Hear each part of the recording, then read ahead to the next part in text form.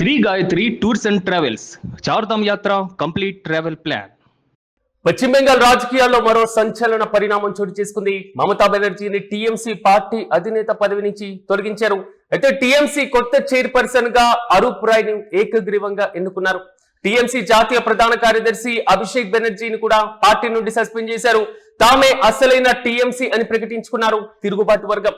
పార్టీలో సంస్థాగత మార్పులు చేపట్టారు. ప్రధానంగా వీరు మమతా బెనర్జీకి భారీ ఎదురు దెబ్బ అంటున్నారు రాజకీయ విశ్లేషకులు. ఇప్పటికే ఎన్నికల్లో ఓటమి తర్వాత మమతా బెనర్జీ టీఎంసీలో ఉన్నటువంటి ఎమ్మెల్యేలు, లోక్సభ ఎంపీలతో పాటుగా రాజ్యసభ ఎంపీలు వరుసగా పార్టీ నుంచి దూరమైనటువంటి నేపథ్యం. ఈ నేపథ్యంలో రితబ్రత బెనర్జీ నాయకత్వంలో శాసనసభలో ఎల్ఓపిగా కూడా గుర్తించినటువంటి వైనం. సో పూర్తి స్థాయి ఎమ్మెల్యేల తిరుగుబాటు కారణంగా టీఎంసీ యొక్క ఉనికి ఒక ప్రశ్నార్థకంగా మారినటువంటి పరిస్థితి. మరి ముఖ్యంగా మమతా బెనర్జీ యొక్క రాజకీయ భవిష్యత్తు పైన తీవ్రమైనటువంటి ప్రశ్నలు కూడా నెలకొన్నాయి. వెస్ట్ బెంగాల్ రాజకీయాల్లో తాజాగా మరో కీలకమైనటువంటి పరిణామం చోటు చేసుకుంది. మమతా బెనర్జీని టీఎంసీ పార్టీ అధినేత్రి పదవి నుంచి కూడా తొలగించేశారు. టీఎంసీ కొత్త చైర్పర్సన్ గా అరూప్ రాయ్, ఈయన హౌరా సెంట్రల్ ఎమ్మెల్యేగా ఉన్నారు. ఈయన ఎన్నుకోవడం జరిగింది. సీనియర్ నేతగా ఉన్నారు. అయితే టీఎంసీ జాతీయ ప్రధాన కార్యదర్శిగా ఉన్నటువంటి అభిషేక్ బెనర్జీని కూడా పార్టీ నుండి సస్పెండ్ చేశారు. తామే అసలైన టీఎంసీ అని కూడా ప్రకటించుకున్నారు తిరుగుబాటు వర్గం. శాసనసభలో ఇప్పటికే ప్రత్యేకమైనటువంటి టీఎంసీగా గుర్తించినటువంటి వైనం. మరోవైపు లోక్సభలో ఎంపీలు చేజారిపోవడం, మరోవైపు రాజ్యసభలో వరుసగా తిరుగుబాటు, క్షేత్రస్థాయిలో ఉన్నటువంటి ఘర్షణలు, పార్టీ నేతలపైన కేసులు, వరుసగా ఉన్నటువంటి అంతర్గత సంక్షోభం మాత్రం టీఎంసీ పార్టీ ఉనికిని ప్రశ్నార్థకంగా మార్చేసింది. తాజాగా మమతా బెనర్జీతో పాటుగా అభిషేక్ బెనర్జీ వీరిద్దరిని కూడా పార్టీ నుండి సస్పెండ్ చేసినటువంటి నేపథ్యంలో సో తిరుగుబాటు వర్గం తీసుకున్నటువంటి ఈ నిర్ణయం పైన సర్వత్రా ఆసక్తి నెలకొంది. మమతా బెనర్జీ యొక్క రాజకీయ భవిష్యత్తు పైన రకరకాల ఊహాగానాలు కూడా వ్యక్తమవుతున్నాయి. ప్రధానంగా పార్టీలో సంస్థాగతమైనటువంటి మార్పులను కూడా చేసినటువంటి వైన మనం చూస్తున్నాం. పార్టీలో ఇప్పుడే ఉన్నటువంటి చైర్పర్సన్ గా ఉన్నటువంటి అరూప్ రాయ్ తో పాటుగా మరికొంతమందిని కూడా పార్టీలో కీలకంగా సంస్థాగతంగా నియమించడం జరిగింది. ఇక ఇదే అంశంపై మరింత సమాచారం మా ప్రతినిధి కిరణ్ అందిస్తారు. కిరణ్ చెప్పండి, అంతర్గతంగా ఉన్నటువంటి కుమ్మలాటలతోనే ఇప్పటి వరకు ఉన్నటువంటి టీఎంసీలో తాజాగా అసలు మమతా బెనర్జీ, అభిషేక్ బెనర్జీ వీరిద్దరిని కూడా బయటికి పంపించేసింది పార్టీ, సస్పెండ్ చేసింది. ఎలా చూడొచ్చు అంటారు పూర్తి అప్డేట్స్ అంటే? వెస్ట్ బెంగాల్ రాజకీయాల్లో కీలక పరిణామం చోటు చేసుకుంది. మరోపక్క మమతా బెనర్జీకి ఇది ఒక భారీ ఎదురుదెబ్బ అంటూ విశ్లేషకులు అభిప్రాయపడుతున్నారు. ఎందుకంటే ఇప్పటికే టీఎంసీ రెండు వర్గాలుగా చీలిపోయింది. టీఎంసీ ఎమ్మెల్యేలు ఒక వర్గం, ఎంపీలు మరో వర్గంగా ఏర్పడ్డారు.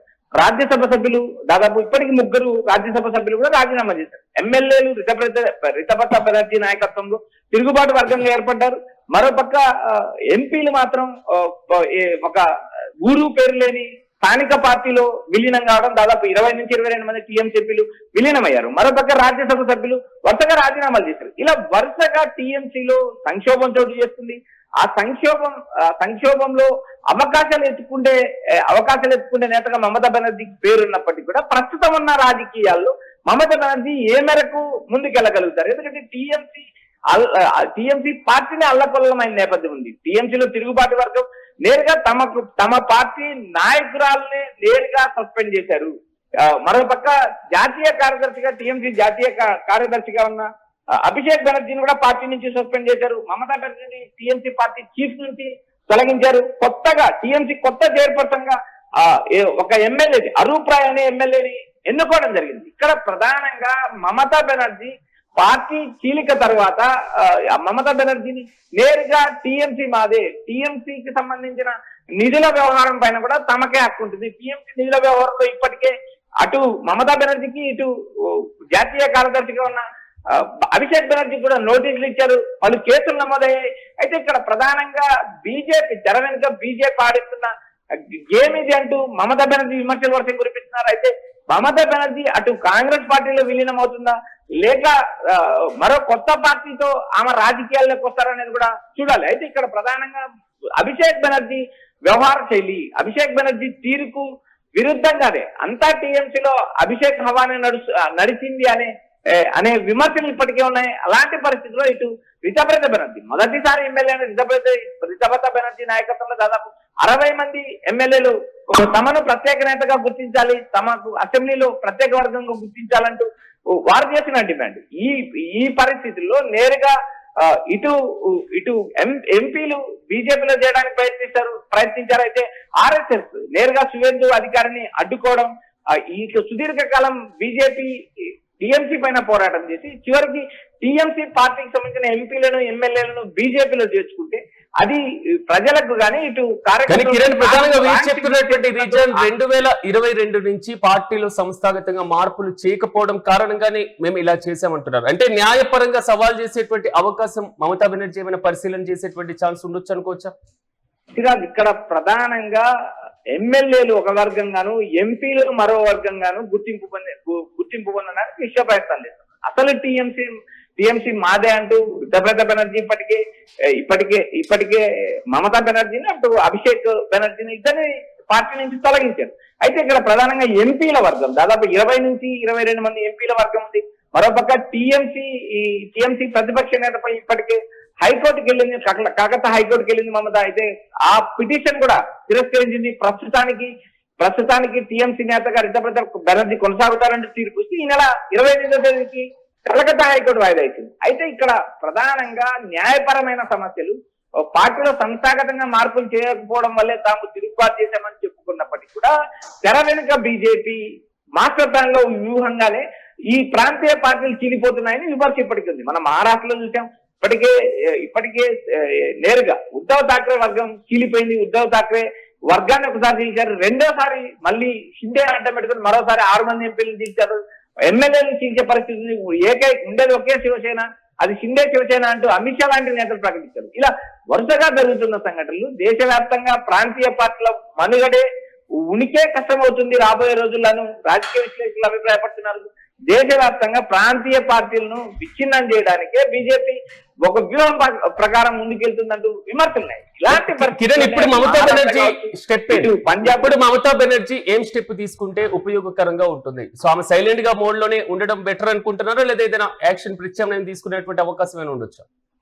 రాజకీయ పార్టీ టీఎంసీ ఉంటుందా ఉండదా, అది ఏదైతే తిరుగుబాటు నేతలకు ఆ పార్టీ గుర్తు సింబలు నిధులు ఆ పార్టీకి వెళ్ళినప్పటికీ మమతా బెనర్జీ క్షేత్రస్థాయి నాయకురాలు, పోరాటాలు చేసిన ఘనత ఉంది. అయితే ఇప్పుడు ఆమె పోరాటం చేయడానికి మళ్ళీ రంగంలోకి దిగింది. ఎందుకంటే మమతా బెనర్జీ అధికారంలో కంటే ప్రతిపక్షంలో ఉన్నప్పుడే చాలా డేంజరస్ గా కనిపిస్తారంటూ విశ్లేషకుల అభిప్రాయపడిన నేపథ్యం. అయితే మమతా బెనర్జీ వయసు ఏమాత్రం సహకరిస్తుంది, రాబోయే రోజుల్లో బీజేపీని ఎలా ఎదుర్కొంటుంది, మరోపక్క కాంగ్రెస్ లాంటి పార్టీలతో మిత్రపక్షంగా ఉండడానికి మమతా బెనర్జీ గతంలో ఇష్టపడిన నేపథ్యం మీద ప్రస్తుతం కాంగ్రెస్ పార్టీతో కలిసి వెళ్ళడానికి కూడా ఆమె ముందుకెళ్తున్న పరిస్థితి ఉంది. అయితే ఇప్పటికున్న పరిస్థితిలో మమతా బెనర్జీ రాజకీయ భవిష్యత్తు ఎలా వెళ్తుంది, ఆమెకు పాజిటివ్ వస్తుందా నెగిటివ్ వస్తుందా అనే అంశాలు మనం ఇప్పటికిప్పుడు బేరీ చేసే పరిస్థితి లేదు. రాబోయే రోజుల్లో ఆమె న్యాయస్థానం ఆశ్రయిస్తుందా, లేక మరో కొత్త పార్టీతో రాజకీయాల్లోకి ఇంట్రెస్టుందా, మరో కొత్త పార్టీ కొత్త గుర్తుతామా సంస్థాగతంగా పార్టీని బలోపేతం చేసుకుంటుంది అనేది వేచి చూడాలి. ప్రస్తుతం టీఎంసీ కల్లోలం అయిపోయింది, తీవ్ర సంక్షోభంలో ఉంది. రాబోయే రోజుల్లో మమతా బెనర్జీకి ఇప్పటికే చాలా ఎదురు దెబ్బలు జరిగాయి, మరికొన్ని ఎదురు దెబ్బలు తగిలే అవకాశం ఉంది. మరి వీటిని ఎలా ఎదుర్కొని ఆమె నాయకత్వాన్ని నిలబెట్టుకుంటారనేది కూడా వేచి చూడాల్సింది. Yes right Kiran, thank you. మొత్తం మీద వెస్ట్ బెంగాల్ రాజకీయాల్లో మాత్రం మరో సంచలన పరిణామం చోటు చేసుకుంది. మమతా బెనర్జీని టీఎంసీ పార్టీ అధినేత్రి పదవి నుంచి తొలగించారు ఆ పార్టీ నేతలు. టీఎంసీ కొత్త చైర్పర్సన్ గా అరూప్ రాయ్ ను ఏకగ్రీవంగా ఎన్నుకున్నారు. టీఎంసీ జాతీయ ప్రధాన కార్యదర్శి అభిషేక్ బెనర్జీని పార్టీ నుండి సస్పెండ్ చేశారు. తామే అసలైనటువంటి టీఎంసీ అని ప్రకటించుకున్నారు తిరుగుబాటు వర్గం. మరోవైపు పార్టీలో సంస్థాగత మార్పులు చేపట్టారు వీరు. అయితే కీలకంగా మమతా బెనర్జీకి ఒక భారీ ఎదురు దెబ్బగా అంటున్నారు రాజకీయ విశ్లేషకులు. మరి మమతా బెనర్జీ నెక్స్ట్ స్టెప్ ఏ విధంగా తీసుకోబోతున్నారు? ప్రధానంగా 2022 నుంచి పార్టీ సంస్థాగత మార్పులు చేయకపోవడం కారణంగానే ఇలాంటి చర్య చేపట్టామంటూ కూడా ఆ పార్టీ నేతలు తెలుపుతున్నారు. దీంతో పాటుగా అరూప్ రాయ్ హౌరా సెంట్రల్ ఎమ్మెల్యేగా ఉన్నారు. ఆయన తాజాగా పార్టీ అధినేతగా ఎన్నుకోవడం జరిగింది. వారితో పాటుగా సీనియర్ లీడర్స్ అయినటువంటి ఫిర్హాద్ హకీం, అరూప్ బిస్వాల్, రతీన్ ఘోష్, సబీనా యాస్మిన్ వీళ్ళని కూడా టీఎంసీ వైస్ చైర్మన్లుగా నియమించినటువంటి వైనం చూస్తున్నాం.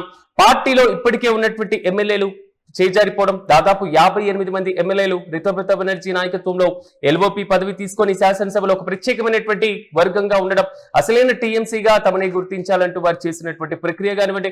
మరోవైపు లోక్సభలో ఎంపీలు ఏ పార్టీలో చేరకుండా ఒక ప్రత్యేకమైనటువంటి వర్గంగా ఉండిపోయారు. మరోవైపు రాజ్యసభ ఎంపీలు పార్టీ నుంచి వరుసగా దూరమవుతున్నారు. క్షేత్రస్థాయిలో వస్తున్నటువంటి వరుస ఆరోపణలు, అవినీతి ఆరోపణలు, మాజీ మంత్రులపైన దాడులు, కేసులు, ఈడీ కేసులు, ఈ మొత్తం వ్యవహారం మాత్రం మమతా బెనర్జీ మెడకు మాత్రం ఒక ప్రతికూల పరిస్థితుల వైపే తీసుకొస్తున్నటువంటి పరిస్థితి. అయితే ఇలాంటి సిచ్యువేషన్ లో మమతా బెనర్జీ నెక్స్ట్ స్టెప్ ఏ విధంగా తీసుకోబోతున్నారు? మళ్ళీ ప్రజల్లోకి వెళ్ళబోతున్నారా, లేదా న్యాయస్థానాలకు వెళ్లి సవాల్ చేసేటువంటి అవకాశాలు పరిశీలిస్తున్నారా? మరోవైపు ఇండియా కూటమిలో ఇప్పుడిప్పుడే యాక్టివ్ అవుతున్నటువంటి ఆమె సో వెస్ట్ బెంగాల్ రాజకీయ పరిస్థితులను జాతీయ స్థాయిలో ఏ విధంగా ఉపయోగించుకోబోతున్నారు? సో బీజేపీ ఈ మొత్తం కుట్ర చేస్తుంది, టీఎంసీని ఉనికి లేకుండా చేయాలి అనేటువంటి ఆలోచన చేస్తుంది అంటూ కూడా టీఎంసీ ఎంపీలు అయితే మమతా బెనర్జీ వర్గానికి సంబంధించినటువంటి నేతలు తీవ్రమైనటువంటి ఆరోపణలు చేస్తున్నటువంటి నేపథ్యంలో సో ఇది జాతీయ స్థాయిలో ఏ విధంగా వెళ్ళబోతుంది, మరి ముఖ్యంగా వెస్ట్ బెంగాల్ రాజకీయాలపైన ఎలాంటి ప్రభావం పడుతుందో మనము వేచి చూడాలి.